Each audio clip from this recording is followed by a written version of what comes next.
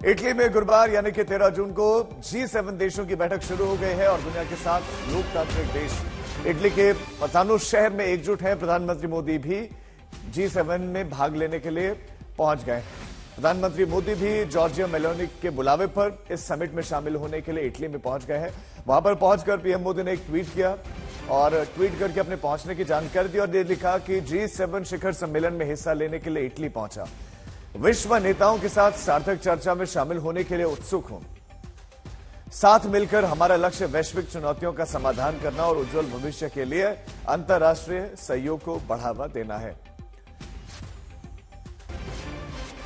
तो globally situation यह है कि टेंशन बने हुए रूस यूक्रेन और इसराइल के हमास के साथ संघर्ष के चलते और इस बीच में प्रधानमंत्री मोदी का एक इंपॉर्टेंट दौरा है। G7 की महत्वपूर्ण बैठक है। इसमें AI और वैश्विक चुनौतियों पर चर्चा होगी।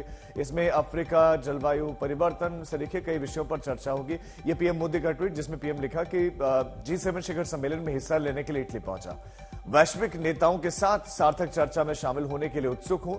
साथ मिलकर हमारा लक्ष्य वैश्विक चुनौतियों का समाधान करना और उज्जवल भविष्य के लिए अंतर्राष्ट्रीय सहयोग को बढ़ावा देना है। तो एजेंडे में वही मध्य पूर्व, गजा, रूस यूक्रेन संकट, इसके चलते जो पूरी की पूरी सप्लाई चेन पर असर पड़ा हुआ है उस पर चर्चा और अफ्रीका, जलवायु परिवर्तन और विकास इसका एक विषय रहेगा। और द्विपक्षीय जब बैठकें होती तो वो बहुत महत्वपूर्ण ऐसे में हो जाती है। AI और वैश्विक चुनौती, AI भी अब इसमें इंक्लूडेड है, इसमें सम्मिलित है। इस पर भी बताया जा रहा है कि चर्चा होगी। तो ये प्रमुख एजेंडा है G7 का और इसमें भाग लेने के लिए पीएम मोदी पहुंच गए। तो G7 के जो प्रमुख मेंबर्स हैं उसमें कनाडा है, फ्रांस है, जर्मनी है, इटली है, जापान है, यूके है और यूएस है। और उनके जो प्रतिनिधि हैं, जो उनके राष्ट्राध्यक्ष हैं, वो उसके में भाग लेने के लिए पहुंचे हुए। जो बाइडेन वहां पर पहुंचे हुए हैं, मैक्रो पहुंचे हुए हैं। तो तमाम बड़ी दिग्गज ग्लोबल बड़ी हस्तियां हैं या आप कह सकते हो वेस्टर्न कंट्रीज हैं, वो वहां पर सम्मिलित हैं। और ऐसे में ये दौरा बड़ा इंपॉर्टेंट हो जाता है भारत के लिए। भारत में हाल में चुनाव संपन्न हुए हैं, नई सरकार का शपथ ग्रहण हो गया है, कार्यभार संभाल लिया गया है।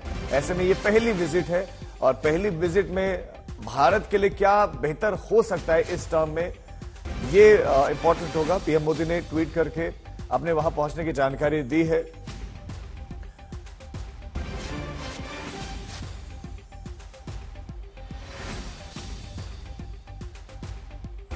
हिमांशु मिश्रा हमारे संवाददाता इस खबर पर ज्यादा जानकारी के साथ जुड़ गए। हिमांशु, पहली विजिट पीएम बनने के बाद प्रधानमंत्री नरेंद्र मोदी की भारत के लिए क्यों इंपॉर्टेंट है ये बैठक? देखिए, भारत के लिए इस लिहाज से भी बहुत इम्पोर्टेंट है क्योंकि एक प्रधानमंत्री नरेंद्र मोदी को G7 के लिए स्पेशल इनवाइट है। उसमें कई और कंट्रियां हैं G7 के साथ साथ जिनको इनवाइट किया गया है। और इस बैठक के लिए प्रधानमंत्री नरेंद्र मोदी ने चुनाव के दरमियान कहा था कि G7 का इनवाइट जो है उन्हें आया है और वो 13 तारीख की शाम को जो है वो प्रधानमंत्री के तौर पर जो है वो G7 की बैठक के लिए पहुंचेंगे। अगर आप पूरी तरीके से इस पूरे कार्यक्रम को देखेंगे तो प्रधानमंत्री नरेंद्र मोदी जो है अभी रात 2:30 बजे है रात को वो पहुंचे हैं। 2 बजे से 4 बजे तक जो है उनके कार्यक्रम रहने हैं। कई बायोलेटरल इवेंट्स हैं और उसके अलावा जो है प्रधानमंत्री जो है अब से कुछ देर बाद जो है वो पहुंचेंगे G7 समिट का जो वेन्यू है वहां पर। और उसके बाद जो है G7 फैमिली का एक फोटोग्राफ्स है, outreach countries and other guest के साथ बायोलेटरल है। और एक तरीके से अगर देखा जाए तो G7 के अंदर जो कंट्रियां हैं वो डेवलप कंट्रियां हैं, उनके इनवाइट पे एशियन कंट्रियों के साथ प्रधानमंत्री नरेंद्र मोदी को बुलाना कहीं ना कहीं ये बताता है कि भारत अब किस तरीके से जो है वो आगे बढ़ रहा है। इस बैठक का जो मेन एजेंडे है उसमें अफ्रीकन कंट्रीज के डेवलप को लेकर और साथ ही साथ जो है वर्ल्ड बैंक के लेकर और एशियन डेवलपमेंट बैंक से लेकर जो है वो डिस्कशन होने हैं।